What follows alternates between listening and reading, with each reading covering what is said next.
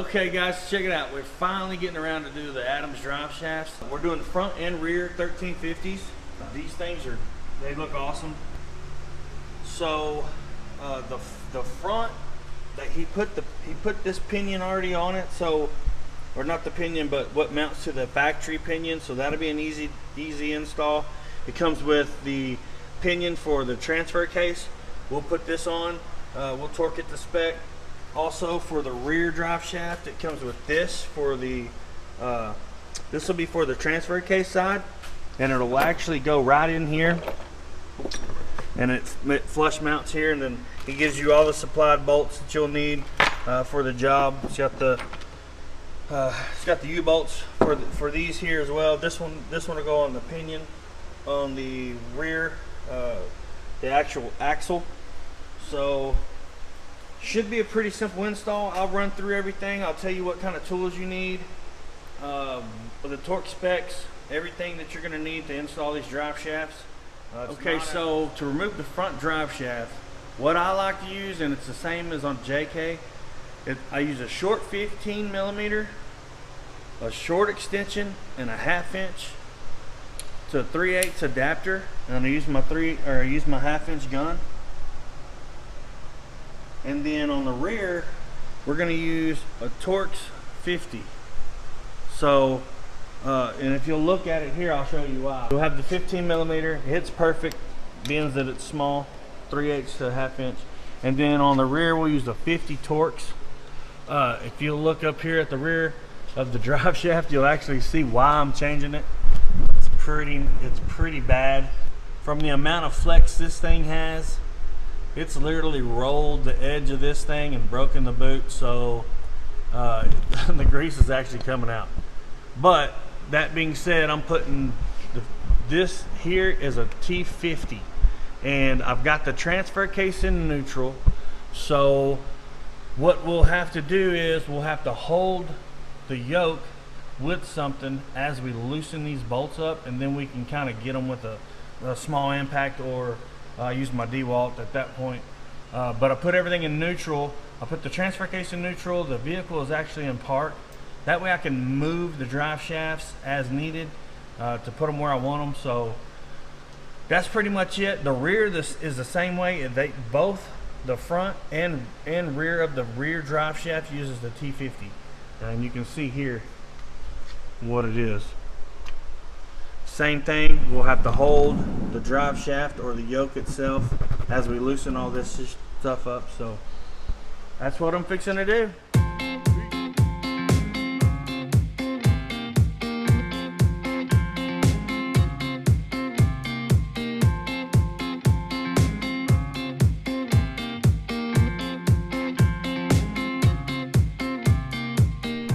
Okay, so we got the front drive shaft out. Let's go look at it real quick, show you what I'm talking about when I said I needed to replace it. So if you look at this joint right here, you can see that from the, and mind you, there's only 8,000 miles on this drive shaft, but there's only like, what, 3 off-road trips? 2 off-road trips with the new lift? Anyways, you can see how it's tore the boot. It's rolled this whole edge out all the way to the bolts, just because of the amount of flex, right? So this piece here gets on the transfer case, and then this shaft goes down when you flex, and then this spins around as you go when you're off-road. It's the only time on a JL that it spins when you're off-road is when you're in 4-wheel drive. Otherwise it's stationary, it doesn't move. So this is why it is crucial to get a front drive shaft. That being said, let's go look over here at what I did and what I needed to do to take it out. Okay, so we have to remove this to get the new pinion yoke in, right? So actually it's a yoke. So we need, or what I used was 1 1/4 inch socket to remove this nut here, right? So I've already got it loose. We'll pull the nut off. And also what I used was a brass punch and a hammer And what I did was, because once this thing is kind of set in place, it's not just going to slide off. They never do. Even the JKs, same thing. So I got it on the back side of the flange, and then I just racked it a couple times with the hammer. Of course, it was harder than that. I've already done it. But rack it a couple times with the hammer. It'll get loose, and then after that, you just grab it, and it'll slide right off. Right?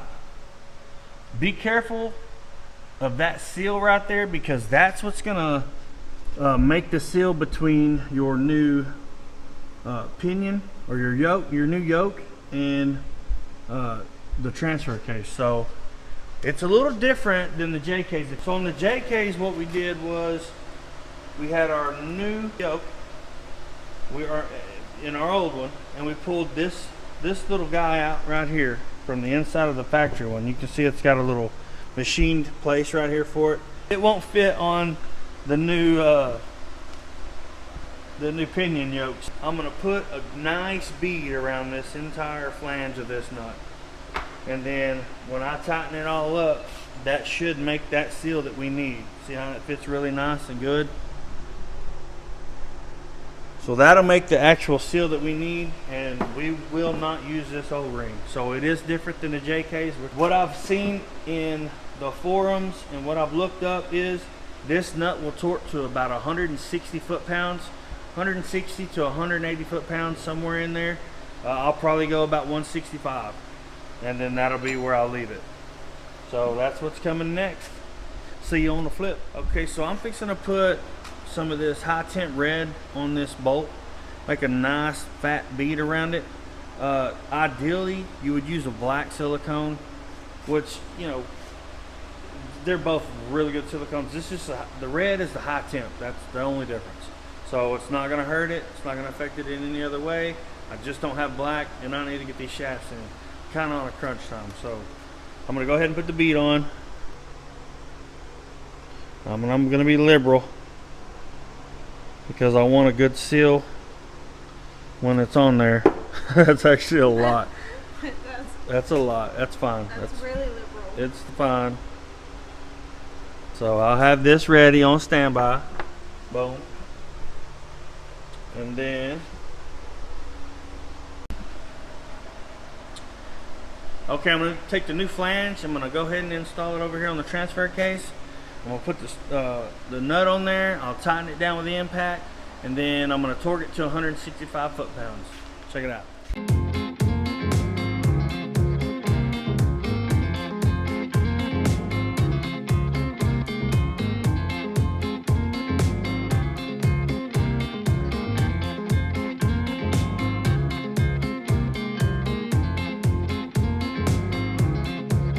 So I've got the shaft in. It's just kind of holding itself in from the pressure at the moment. So what I wanted to talk about was Adams gives you red Loctite with the bolts that he sends you, which is perfectly normal. That's probably what you should use, because it really holds the bolts in. For me, I do a lot of pulling the drive shafts, checking U-joints. I've learned my lesson from the past about getting everything greased. So I use blue Loctite on all these bolts. But I'm lucky I have a lift, so I check this stuff all the time, retorque my bolts all the time, so I can use this and get away with it. If you're gonna install a drive shaft and not mess with it anymore, not have to worry about it, use red Loctite. I'm using blue because I take these in and out a lot. So that's what I'm gonna do right now. I'm gonna Loctite all these bolts you can see here. These are the front bolts. These are the original stock front bolts. These are the ones that Adams gives you in his kit for the transfer case side.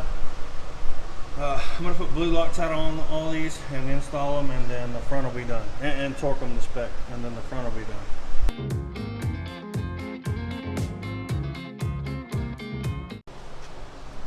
Just put a couple of these in to kind of hold this in place, and then we'll do the rear.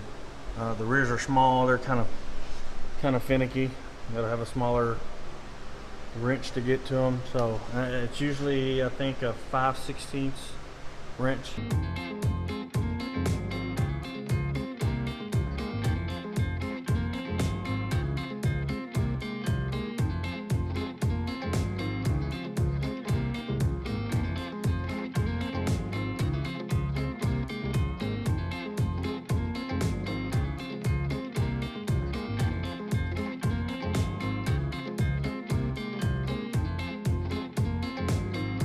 Okay, so we got the front drive shaft in, torqued the pinion / yoke nut to 165. That should be fine. I looked it up, I think it was 166. So we're going to torque these front flange bolts here to 89 foot-pounds. Overall, everything looks really good. You can see up here now, it's not in a bind at all because of this. And people call this several different things, but I call it a double cardian. It's probably cordian, who knows. But there's no issues with binding at all, which is normal. That's why we do this kind of stuff. It's perfect actually. So that's done. Those bolts are tight. They're Loctited. Now we're going to do these. We're going to tighten up these to 69 foot-pounds, and we'll start on the rear.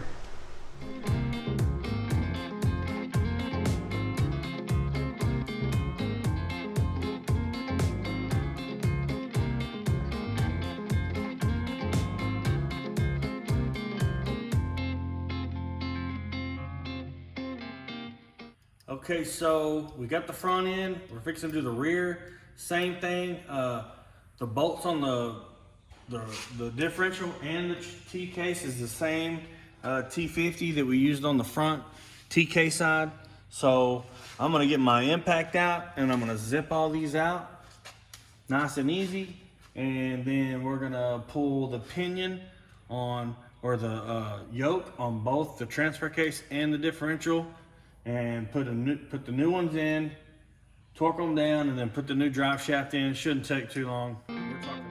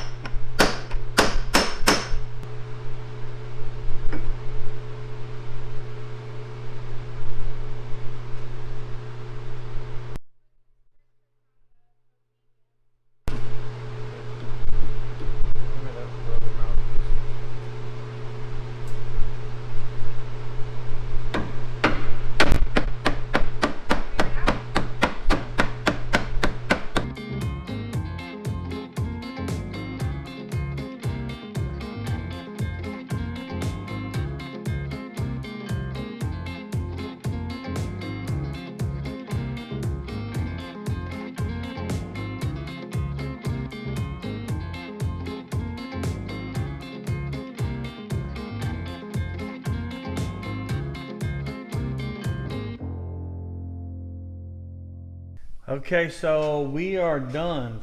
Adams Driveshafts 1350s installed front and rear.